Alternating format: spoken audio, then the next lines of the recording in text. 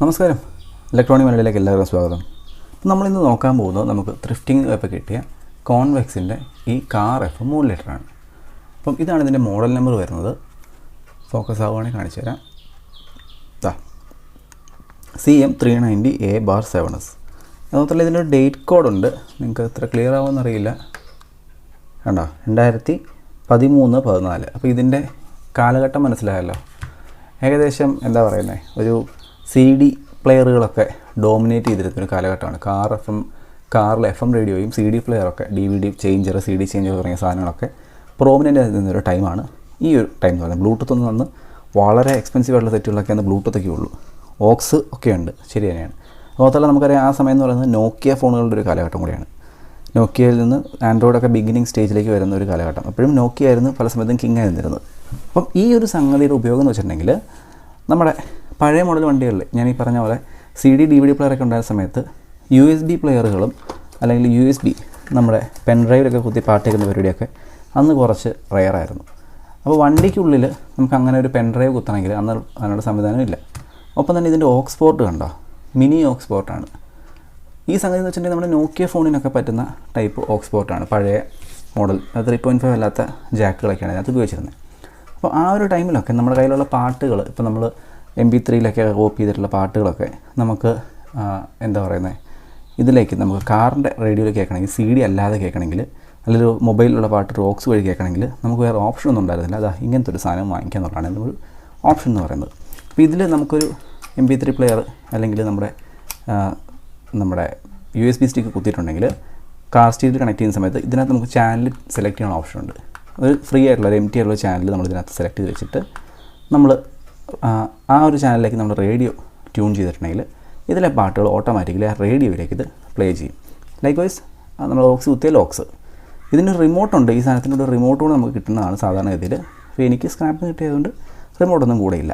അപ്പോൾ നമുക്ക് എന്തായാലും ഇതിനെ ഒന്ന് വർക്കിംഗ് ആണോ ഇല്ലയോ എന്നൊക്കെ നമുക്കൊന്ന് ഓണാക്കി ചെക്ക് ചെയ്യാം. ഓക്കെ, ഫസ്റ്റ് തന്നെ ഞാനിവിടെ 12 വോൾട്ട് ഇവിടെ നമ്മുടെ മീറ്ററിൽ കൊടുത്തിട്ടുണ്ട്. നമുക്കതൊന്ന് കണക്ട് ചെയ്യാം. സപ്ലൈയിൽ 12 വോൾട്ട് കൊടുത്തിട്ടുണ്ട്. ഓക്കെ, 12 വോൾട്ട് സപ്ലൈ കൊടുത്തിട്ടും പ്രത്യേകിച്ച് അനക്കമൊന്നും ഇതിനില്ല. കറണ്ട് 0 ആണ് കറണ്ട് റോ വരുന്നത്. കണ്ടല്ലോ, 12 വോൾട്ട് സപ്ലൈയിൽ 0 ആംസാണ് കറണ്ട് റോ വരുന്നത്. അപ്പോൾ നമുക്കിനി ഇതിനെ ഡീറ്റെയിൽ ആയിട്ട് നമുക്ക് ചെക്ക് ചെയ്യാം എന്താണ് ഇതിൻ്റെ പ്രശ്നം എന്നുള്ളത്. നമുക്കിനി തുറന്നിട്ട് എന്താണ് ഇതിൻ്റെ സ്ഥിതി എന്നുള്ളത് നമുക്ക് നോക്കാം. നിലവിൽ സപ്ലൈ കൊടുത്തിട്ട് ഓണാകുന്ന സ്ഥിതിക്ക് പവർ സപ്ലൈ സെക്ഷനിൽ എന്തെങ്കിലും പ്രശ്നമാണോ അതോ ഇനി മറ്റെന്തെങ്കിലും പ്രശ്നമാണോ, അതൊക്കെ നമുക്ക് ഡീറ്റെയിൽ ആയിട്ട് നമുക്ക് ചെക്ക് ചെയ്യാം. ഓക്കെ,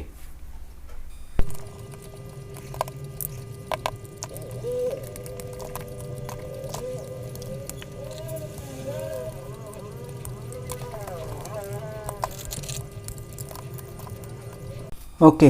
അപ്പോൾ നമ്മുടെ സാധനം നമ്മൾ ഫുള്ളായിട്ട് ഓപ്പൺ ചെയ്തിട്ടുണ്ട്. പ്രതീക്ഷിച്ചതിനേക്കാളും കുറച്ച് സമയം കൂടുതലെടുത്തു ഇതൊന്ന് ഓപ്പണായി കിട്ടാനായിട്ട്. എന്തായാലും ഒരു ബക്ക് കൺവേർട്ടറാണ് ഇതിനകത്തുള്ളത്. 12 വോൾട്ട് ഔട്ട്പുട്ട് എത്ര വോൾട്ടാണെന്ന് നമുക്കറിയില്ല. 3.3ഓ 5ഓ ഒക്കെ ആയിരിക്കാം. ഒരു 3 വയർ ഇതിലേക്ക് വരുന്നുണ്ട്. നമുക്കെന്തായാലും ഫസ്റ്റ് നമുക്ക് ചെക്ക് ചെയ്യേണ്ടത് ഫ്യൂസ് തന്നെയാണ്. അപ്പോൾ നമുക്ക് മൾട്ടിമീറ്റർ വെച്ചിട്ട് നമുക്ക് ഫ്യൂസ് ഒന്ന് ചെക്ക് ചെയ്യാം. ഓക്കെ, ഫ്യൂസ് ഇതാ ഓക്കെയാണ്. അപ്പോൾ ഫ്യൂസിൻ്റെ കുഴപ്പമില്ല. അപ്പോൾ നമുക്ക് സപ്ലൈ നമുക്ക് നേരിട്ട് കൊടുത്തിട്ട് ഇതെന്താ സംഭവം എന്നുള്ളത് നമുക്കൊന്ന് ചെക്ക് ചെയ്ത് നോക്കാം. ഓക്കെ, അപ്പോൾ നമ്മളിപ്പം പവർ സപ്ലൈ ബൈപ്പാസ് ചെയ്തത്, ഫ്യൂസിനെ ബൈപ്പാസ് ചെയ്ത് ഡയറക്റ്റ്ലി നമ്മുടെ ബക്ക് കൺവേർട്ടറിലേക്ക് ഇൻപുട്ട് കൊടുത്തിരിക്കുകയാണ്. പക്ഷേ ഇപ്പോഴും നമുക്ക് സ്ക്രീനിൽ നോക്കിയാൽ കാണാം നമ്മുടെ സാധനം ഓൺ ആയിട്ടില്ല. കണ്ടല്ലോ, ഓൺ ആയിട്ടില്ല. സോ നമുക്ക് ബക്ക് കൺവേർട്ടറിൻ്റെ ഔട്ടൊന്ന് ചെക്ക് ചെയ്യാം. ഇവിടെ 3 വയർ വരുന്നുണ്ട്. അതാണ് എനിക്കൊരു കൺഫ്യൂഷൻ. 3 വയർ സാധാരണ എന്തിനാണ് എനിക്ക് ഒരു ഐഡിയ ഇല്ല. എന്തായാലും നമുക്ക് ഗ്രൗണ്ട് കോമൺ വെച്ചിട്ട് നമുക്ക് മറ്റ് 2 പിന്നുകളൊന്ന് ചെക്ക് ചെയ്യാം. അതായത് ഈ IC ഏതാണെന്നുള്ളത് ഞാൻ നോക്കിയിട്ടില്ല കേട്ടോ. നിങ്ങൾക്ക് കാണാമോയെന്നറിയില്ല. 1.9 വോൾട്ടാണ് ഇവിടെ കാണിക്കുന്നത്. 2 വോൾട്ട്, സെൻറ്റർ 0, ഇവിടെ 11.8. ഈ പിന്ന് 12 വോൾട്ട് ഡയറക്റ്റ്ലി വരുന്ന പിന്നാണ്. അത് ഇതിനകത്തേക്ക് എന്തെങ്കിലും വേണ്ടി പോകുന്നതായിരിക്കാം മേ ബി. അപ്പം 1.8 വോൾട്ടാണ് ഇതിൻ്റെ ഔട്ടായിട്ട് വരുന്നതാണ് എനിക്ക് തോന്നുന്നത്. അപ്പോൾ നമുക്കൊരു കാര്യം ചെയ്യാം. നമുക്ക് ഈ സെക്ഷനെ ബൈപ്പാസ് ചെയ്തിട്ട് ഇതിനെ എങ്ങനെയെങ്കിലും പവർ ചെയ്യാൻ പറ്റുമോ നമുക്ക് ചെക്ക് ചെയ്ത് നോക്കാം. ഓക്കെ, ഓക്കെ, അപ്പം നമ്മൾ ഇതിൻ്റെ വയേഴ്സ് എല്ലാം നമ്മൾ എടുക്കാൻ വേണ്ടി പോവുകയാണ്. അപ്പോൾ അതിന് മുമ്പായിട്ട് നിങ്ങൾക്കൊരു കാര്യം കാണിച്ചു തരാം. നമ്മുടെ ഇവിടെ നമ്മൾ യൂസ് ചെയ്തിരിക്കുന്ന IC എന്ന് പറയുന്നത് MC3406-3A. അതാണ് ഇതിൽ യൂസ് ചെയ്തിരിക്കുന്ന IC എന്ന് പറയുന്നത്. ഇത് വായിക്കാൻ പറ്റുമെന്നറിയില്ല, പക്ഷേ MC3406-3A ഇതാണ് ഇതിൻ്റെ IC എന്ന് പറയുന്നത്. അപ്പോൾ അത് നിങ്ങൾ ശ്രദ്ധിച്ചോ, 3 വയറുണ്ട് അവിടെ, ബ്ലൂ, ഒരു ഗോൾഡൻ, റെഡ്. അതിൽ ബ്ലൂ എന്ന് പറയുന്നത് ഡയറക്റ്റ് 12 വോൾട്ടിലേക്ക് കണക്റ്റഡാണ്. ഓറഞ്ച് അല്ലെങ്കിൽ ആ ഗോൾഡൻ കളറാണ് ഗ്രൗണ്ട്. റെഡ് എന്ന് പറയുന്നത് ഇതിൻ്റെ ഔട്ട്പുട്ട്, അതായത് ബക്ക് കൺവെർട്ടറിൻ്റെ ഔട്ട്പുട്ട്. അത് 3.3 ആവാം, 5 വോൾട്ട് ആവാം. അപ്പോൾ നമ്മൾ ഇപ്പം പെയർ ചെയ്യാൻ പോകുമ്പോൾ നമ്മളിപ്പോൾ കണക്ട് ചെയ്യാൻ പോകുന്നത് 12 വോൾട്ട് ലൈൻ എന്തിനാണെന്ന് എനിക്ക് മനസ്സിലാവുന്നില്ല. കാരണം നമ്മളിവിടെ 12 വോൾട്ട് സ്ട്രെയിറ്റ് ഇതിലേക്ക് കയറി വരുവാണ് 12 വോൾട്ട് ലൈൻ കണക്ട് ചെയ്യുമ്പോൾ. പക്ഷെ നമ്മളിപ്പോൾ അത് തൽക്കാലം ബൈപ്പാസ് ചെയ്തിട്ട് നമ്മൾ ഈ 5 വോൾട്ടും ഗ്രൗണ്ടുമാണ് നമ്മൾ കണക്ട് ചെയ്യാൻ പോകുന്നത്. അപ്പോൾ ഞാൻ എൻ്റെ പവർ സപ്ലൈ ഇവിടെ ഇരിക്കുന്ന പവർ സപ്ലൈ 5 വോൾട്ടിലേക്ക് ആക്കിയിട്ടുണ്ട്. ഞാൻ ഗ്രൗണ്ട് ഇവിടെ തന്നെ കൊടുക്കുകയാണ്, പേടിക്കേണ്ട, അത് ഇവിടെ ഷോർട്ടായതിൻ്റെയാണ്. അപ്പോൾ ഞാൻ എന്നിട്ട് 5 വോൾട്ട് തൽക്കാലം ഇതിലേക്ക് കൊടുക്കാൻ പോവാണ്. ഓക്കെ, ദാ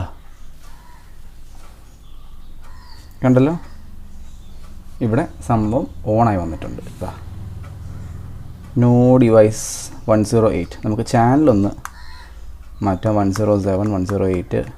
നമുക്കൊരു കാര്യം ചെയ്യാം, നമുക്ക് ഇതിൽ പറയുന്ന ചാനൽ നമുക്ക് റേഡിയോയിലേക്ക് ഡയലിങ് ചെയ്യണം, അങ്ങനെയാണ് ഇതിൻ്റെ രീതി. അപ്പോൾ നമുക്ക്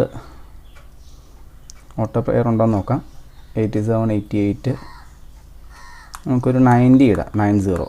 എൻ്റെ അടുത്ത് 91.9 ഇട്ടിട്ടുണ്ട്, റേഡിയോ മാങ്കോയ, അതുകൊണ്ട് അതിന് ചിലപ്പം പ്രശ്നമുണ്ടാക്കും. അപ്പോൾ നമുക്ക് കഴിഞ്ഞ് 90 ഇടാം, 90.00. എന്നിട്ട് നമുക്ക് നമ്മുടെ USB ഒന്ന് കണക്ട് ചെയ്യാം.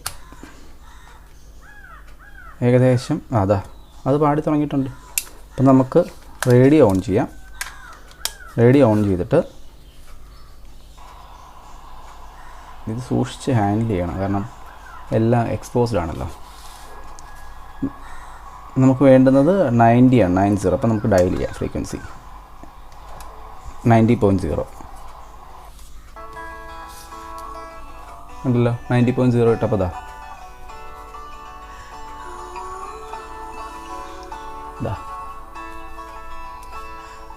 പോസ് ചെയ്യാം.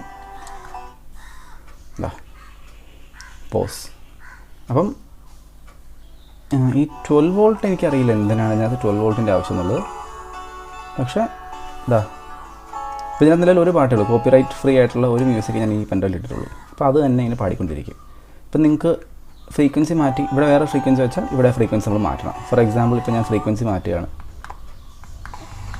കണ്ടോ, ഫ്രീക്വൻസി മാറിയപ്പോൾ ഇവിടെ ഓട്ടോമാറ്റിക്കലി നോയ്സ് കയറി. അപ്പം ഞാൻ 90.6 ആക്കി. അപ്പം